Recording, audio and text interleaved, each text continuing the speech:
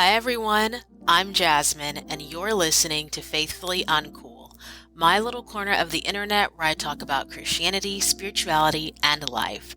I often find myself overthinking, overanalyzing, or nerding out about my faith, so I figured I may as well do what all good nerds do and make a podcast.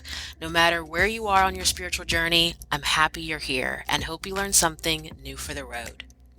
Today's episode is very special to me because I will actually be doing something that really scares me, but that I hope that you will enjoy, and that is reading out an original story of mine.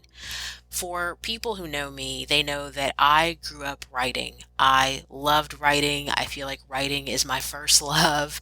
It's the thing that I gravitated towards to express myself, whether it was writing music or writing books. I was really well known growing up for writing a lot of fiction, and I still do love to write.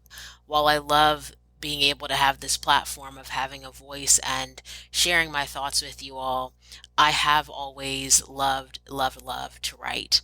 But reading out my work has always been something that has felt really daunting. And so in this episode, and hopefully in other episodes as well, I'd like to take the opportunity to read out my work that I've done and to just give you all a taste of what's in my head. And so I really hope that you enjoy it. This story is one that used to appear on the now non-existent Faithfully Uncool blog. I still do have a website, but it's no longer a blog. I just wasn't super consistent with it, so I decided to pivot. But I, again, still do love to write, still do collect tons of journals of writings, and this was a story that means a lot to me, originally written in about 2016 and appeared on my blog. But as the blog no longer exists, I decided that I would read the story out today. It is called The Risen World. A lot of my work focuses on the afterlife or my religious understandings or ideas around angels or souls or God. And sometimes I like to express that in my work. And so if that's something that you're interested in, then today's story sort of highlights that. But of course, it is fiction, which is pretty abundant as well. But it's just a nice, sweet, short story. So I truly hope that you enjoy it. And without further ado, let's head into it. A new soul was called into the office of the Lord. "It appears you are ready to choose your world," the Lord said. "Oh yes," the soul said. "I would like to be a girl in this world." "Well done," the Lord said. "You shall. And I'd like to have skin as dark as the night sky that stars are said to shine in, and hair even darker. A laugh that's loud and long, a body that's firm and strong." The Lord laughed. "That's a lot of requests. We shall see if it can be done." "Good," the soul smiled, for it was never known before stepping into the office of the Lord if the Lord would grant what you asked. "Now, would you like to examine the worlds?" "Yes," the soul said. The room was bare except for a large oak desk with two glowing orbs sitting upon it. "The gold one," the Lord said, "is the great world. Joy and happiness are ways of life. People are kind. They trust one another. They never forsake each other. They love one another. No one is unhealthy or without a family. There's peace and compassion on every road. Some of the best parts of me are in this world." "And this one?" The orb beside it was an indigo, pulsing ever so slightly as though it may come crashing to its own destruction at any moment. "The world of passion," the Lord said. "There are wars every day. People lie, cheat, and steal. People murder. No one knows what love is, so no one shares it with anyone else. Some bodies are healthy, but every heart is sick. All are selfish, none are kind. There is no guilt because there is no shame. Where sins are understood, repentance is never taken. No part of me is in this world." "I don't think I want this one," the soul said. She paused for a moment, unsure of how to continue. You can speak freely, child, the Lord said. Is there a third? A third, the Lord said. Of course. She let out a breath. Rumors of a third were constantly stirring from the upper levels of heaven, but newborn souls were never quite sure. The third world is very special to me. It will take much more wisdom to enter a body and lead a life in that world. In that world, there are wars every day. People murder, lie, cheat, and steal. People reveal the most despicable parts of themselves in that world. There is almost no care for one another. Yet there exists a great peace and yearning for justice. There is the presence of my wisdom. There are people who adore my names. There are people who share my love in the most candid ways. I loved this world so much I sent a Savior long ago to heal it. Yet it is not fully healed. It is not fully done. At an appointed time, I shall renew this world. Everything in this world is in a state of constant change. Although it is hard to see sometimes, every part of me is in this world. Well, I don't know if that sounds quite right either, the soul said. Maybe the great world would be best for me. I've never been in a body before. I'm not sure if I'll be very good at it. Perhaps I should start off easier the first time. If your first life is lived in an easy world, you may find it difficult to enter any other world when your body's time is over, the Lord said. Oh, right. The soul had lost the excitement in her voice. No requests of what body she should have or where she'd like to live. No requests of what trouble she may face or what her mission could be. You are unsure, the Lord said. Yes. There was a silence, a stillness in the presence of the Lord as wisdom came. She wondered how many other souls had dared not to ask and decided that she would not be so afraid. My Lord, she said, what is wrong with the other worlds, the ones that will not be renewed? Have you abandoned them? I have not abandoned them, the Lord said. I will never abandon any world. But I've found that in the creation of the great world and the world of passion, their flaws are the same despite their differences, flaws that have made both worlds fail. What are those flaws, my Lord? The first flaw is the greatest. It is the fact that in one world there is so much despair, and that in the other there is unending joy. For each lead to the same fault. No one seeks me. Faith has never touched either world.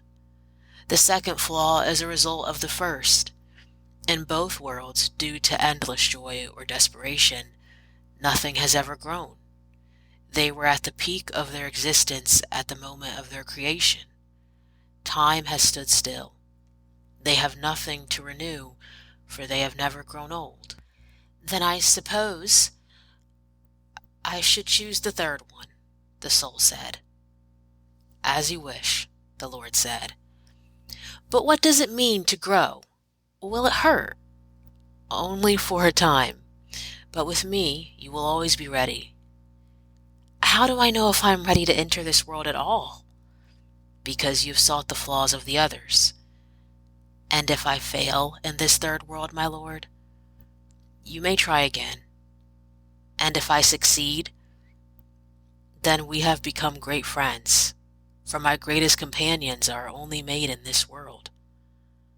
But there's still so much evil. Take heart, daughter. It is honestly written that I have overcome this world. Satisfied at last, the soul took a deep breath, practicing for the many she would have to take in the future in pain and joy alike.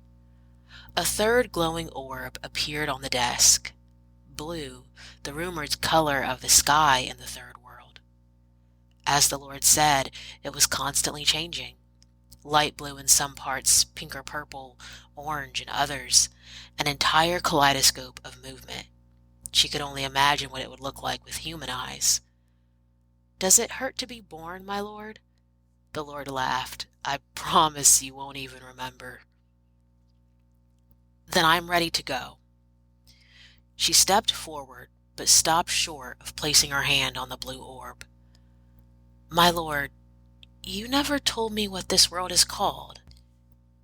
Take heart, daughter. You shall name it for me.